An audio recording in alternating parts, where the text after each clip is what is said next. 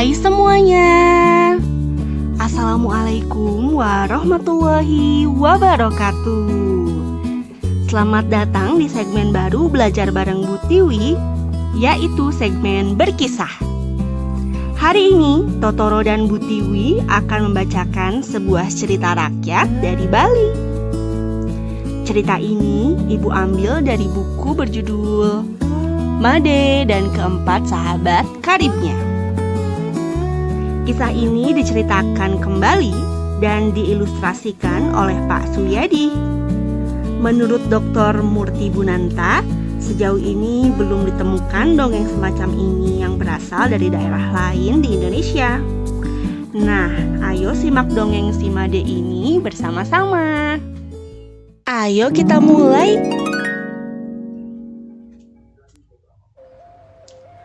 Made dan Keempat Sahabat Karibnya.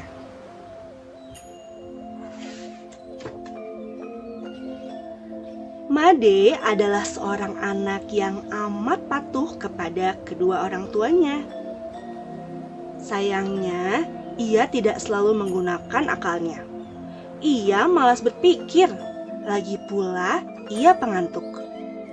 Pada suatu hari, ayah si Made menyuruh dia menggembala kambing.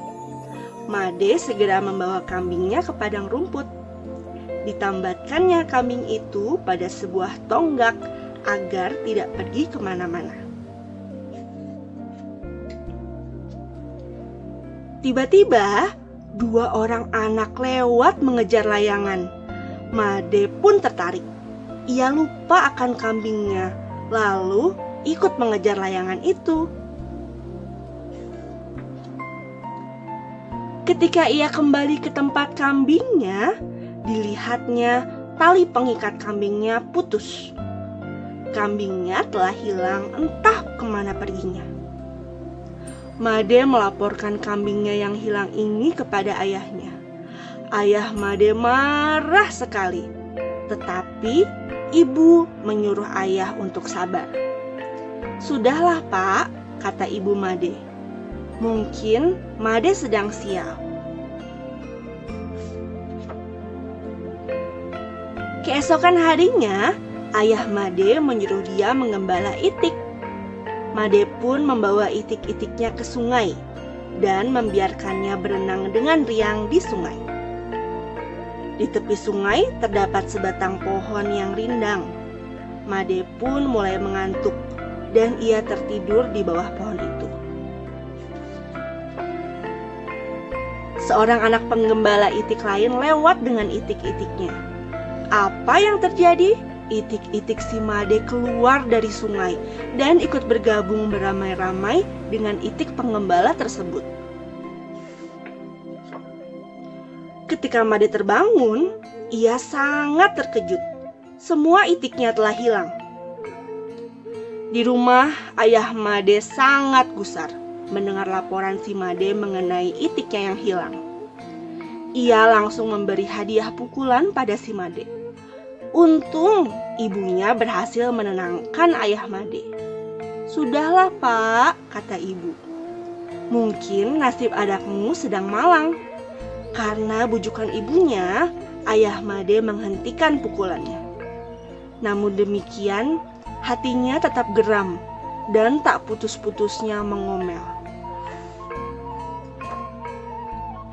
Seminggu telah berlalu. Ayah Made sudah tidak mengomel lagi. Ia memanggil anaknya. Kali ini, si Made mendapat tugas baru. Made harus menggembala sapi kesayangan keluarga. Ayahnya berpikir, sapi sebesar itu tak mungkin akan hilang. Ia berpesan kepada anaknya agar jangan sekali-kali mengejar layangan atau tidur waktu menggembala. Made berjanji akan mematuhi nasihat ayahnya. Lalu dibawanya sapi tersebut ke padang rumput.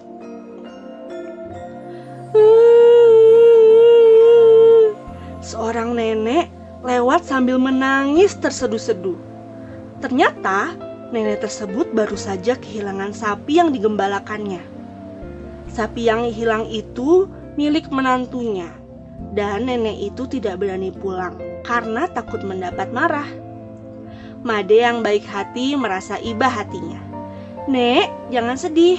Ambillah sapi ini sebagai pengganti sapi nenek yang hilang," kata Made seraya menyerahkan sapinya kepada nenek itu. Nenek sangat berbesar hati. Setelah mengucapkan terima kasih, nenek itu pun membawa sapi si Made pulang. Made pun senang dapat membahagiakan nenek yang sedang kemalangan. Sesampainya di rumah, ayahnya marah bukan kepalang. "Made," bentaknya keras, "sebagai hukuman engkau harus mengganti semua binatang yang kau hilangkan. Semua seharga 40 ringgit. Untuk mencari uang sebanyak 40 ringgit itu, ayahnya memberikan Made sebuah bubu penangkap ikan. Malam harinya, Made membawa bubu itu ke sungai. Tetapi Made enggan turun ke dalam air. Air sungai begitu dingin dan Made sudah mulai mengantuk.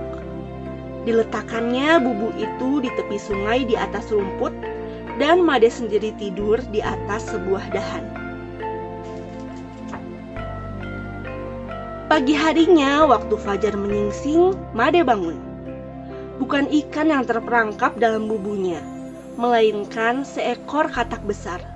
"Wah," pikir Made, "kalau kujual pasti mahal harga katak ini. Nanti uangnya kutabung sampai kudapat 40 ringgit."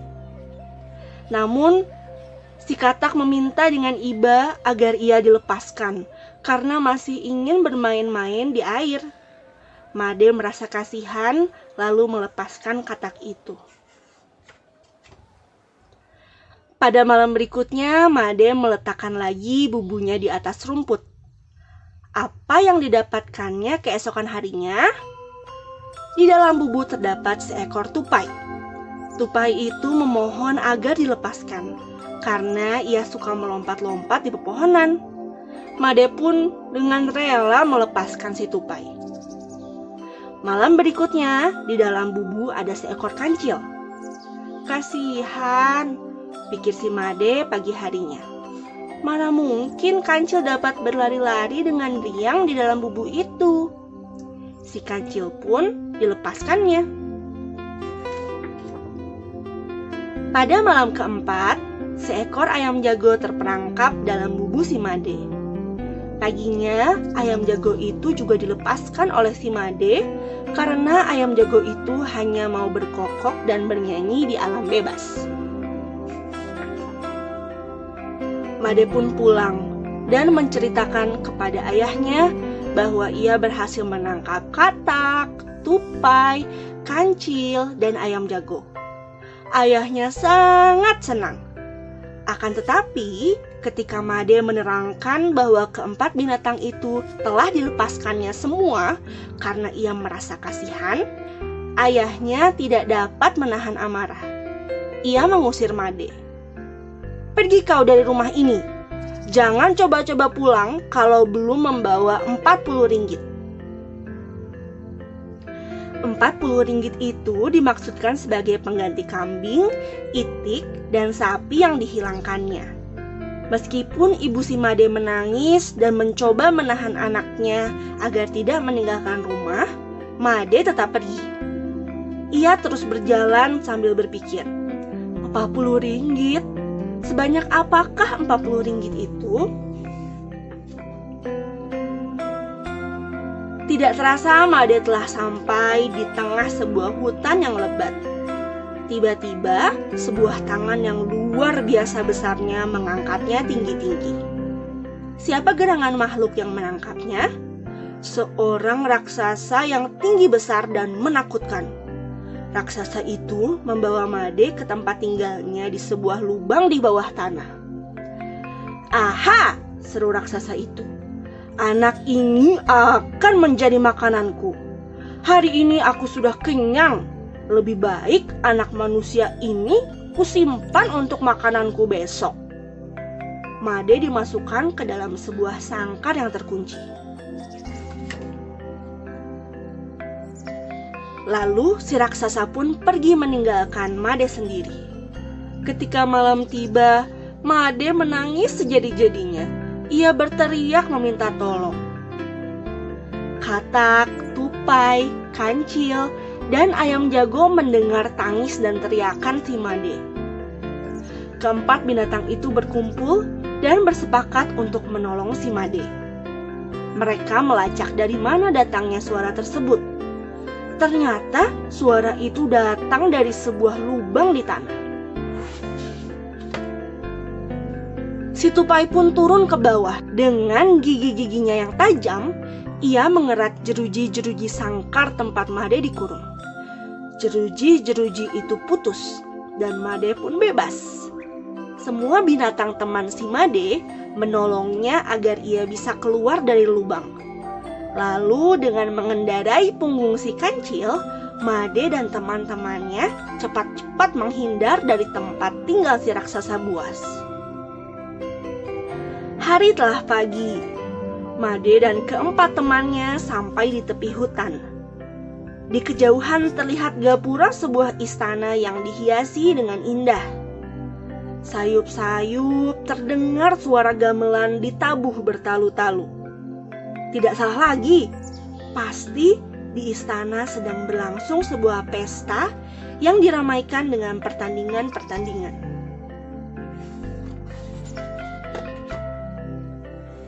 Si Kancil mengusulkan agar mereka bersama-sama menghadiri pesta raja itu dan mengikuti pertandingan. Teman-temannya menyetujui. Agar penampilan keempat binatang itu tidak mencolok, maka si Katak, Kancil, Tupai, dan Ayam Jago merubah dirinya menyerupai manusia. Lalu Made beserta keempat temannya yang telah menjelma menjadi manusia masuk ke dalam istana raja. Saat itu raja sedang duduk didampingi putrinya yang cantik. Sang raja mengumumkan bahwa dalam pesta ini akan diselenggarakan sebuah sayembara berupa pertandingan-pertandingan. Barang siapa dapat memenangkan semua pertandingan, maka ia akan mendapatkan hadiah. Hadiah-hadiah itu ialah putri raja, permata, serta separuh kerajaan. Made mengikuti sayembara raja yang diwakili oleh keempat temannya. Pertandingan pertama ialah menyabung ayam atau lazim disebut adu jago. Raja memiliki seekor ayam aduan yang tak terkalahkan. Segera teman Made yang tadinya seekor ayam jago beralih rupa kembali ke wujud asalnya, yaitu seekor ayam jantan. Ayam jantan inilah yang menantang ayam aduan milik sang raja. Gong berbunyi, tanda pertandingan dimulai. Pertandingan sangat seru. Biasanya ayam aduan raja selalu menang. Tapi kali ini ayam aduan raja betul-betul naas. Jago sang raja ini tak tahan akan serangan bertubi-tubi dari ayam jago si Made dan lari terbirit-birit meninggalkan gelanggang. Dengan demikian, pertandingan pertama telah dimenangkan oleh si Made. Pertandingan kedua berupa lomba lari. Raja mempunyai seorang pelari yang larinya sangat kencang dan tak ada tandingannya di seluruh negeri. Segera teman si Made yang berasal dari Kancil mengajukan diri untuk mewakili Made. Ketika lomba lari berlangsung, pelari unggulan sang raja jauh tertinggal di belakang teman si Made ini. Maka pertandingan kedua juga dimenangkan oleh Made. Pertandingan ketiga ialah lomba memanjat pohon. Barang siapa tercepat sampai di puncak pohon, dialah yang menang. Lalu, teman si Made yang tadinya seekor tupai mewakili Made. Dengan cepat, teman Made ini dapat mencapai puncak pohon mengalahkan jagoan sang raja. Pertandingan ketiga ini pun dimenangkan oleh Made. Pertandingan keempat dan sekaligus terakhir ialah lomba menyelam dalam air. Siapa yang paling lama dapat bertahan di dasar kolam, dialah yang berhak menjadi pemenang. Teman Made yang berasal dari katak mewakili si Made terjun ke dasar kolam. Ternyata teman si Made jelmaan katak ini dapat bertahan sangat lama di dalam air, mengalahkan penyelam sang raja. Made pun menang lagi. Raja tak dapat berbuat apa-apa selain menyerah kalah. Raja pun menyerahkan putri tunggalnya kepada Made. Berikut sebuah peti penuh dengan intan berlian. Selain itu, setengah kerajaan akan menjadi milik Made. Akan tetapi, apa kata si Made? Tidak, Tuanku Raja, hamba tidak mau. Made menolak semua hadiah pemberian raja.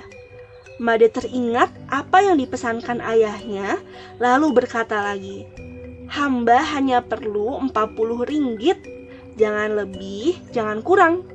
Walaupun raja terheran-heran, raja dengan cepat memerintahkan pejabat istana untuk memberikan 40 ringgit kepada Made.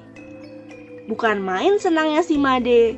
Kini, ia dapat membayar harga semua ternak milik ayahnya yang telah hilang. Dengan membawa uang 40 ringgit, ia meninggalkan istana raja diikuti keempat temannya yang setia, yang telah membalas budi kepada Made. Ketika rombongan hampir sampai di desa tempat tinggal Made, mereka pun berhenti. Semua teman-teman Made berganti rupa lagi sesuai dengan wujud aslinya, yaitu katak, kancil, tupai, dan ayam jago. Tibalah saatnya untuk berpisah. Sebelum berpisah, masing-masing binatang menghadiahkan kepandaiannya kepada si Made. Kancil memberikan kecerdikannya, ayam jago memberikan kegagahannya, tupai memberikan kelincahannya, sedangkan katak memberikan kegembiraannya. Setelah Made menerima sifat-sifat baik ini, maka semua binatang berpamitan dan masuk kembali ke dalam hutan. Alangkah gembiranya ayah Made ketika Made datang membawa uang 40 ringgit. Dengan uang itu, ia dapat membeli ternak lagi yang sangat dibutuhkannya. Ibu Made memeluk anaknya dengan penuh rasa bahagia. Lalu, bagaimana dengan si Made? Berkat hadiah teman-temannya, ia menjadi anak yang pandai, cerdas, rajin, jujur, periang, serta suka bekerja. Tamat. Nah, teman-teman, itulah kisah si Made dan keempat sahabat karibnya. Semoga kita bisa mengambil hikmah dari dongeng yang sudah diceritakan. Terima kasih ya sudah menyimak video kali ini. Sampai jumpa di video berikutnya. Assalamualaikum warahmatullahi wabarakatuh. Dadah.